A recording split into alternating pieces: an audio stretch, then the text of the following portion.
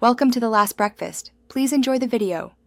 You already have the sheet open. Now select the cells you want to change. Once selected, go straight to the Home tab and focus on the font group. This is where size adjustments live.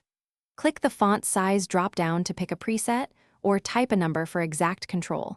You can also use the increase/decrease buttons to nudge size up or down.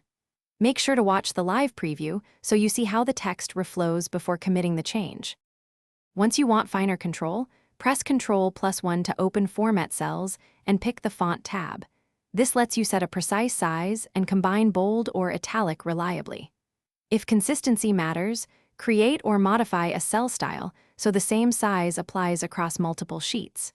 Use Ctrl+Shift+P to jump straight to size entry if you prefer keys. And remember the ribbon increase/decrease icons. After adjusting, apply changes broadly by selecting the sheet Ctrl+A and setting the font size so all cells match.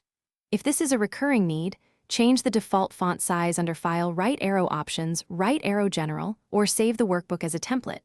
XLTX to preserve settings. If text looks cut off, check row height and wrap text. Once done, Excel typically needs a height autofit double-click row border to resolve clipping. If styles override sizes, edit or clear the style and reapply your font size.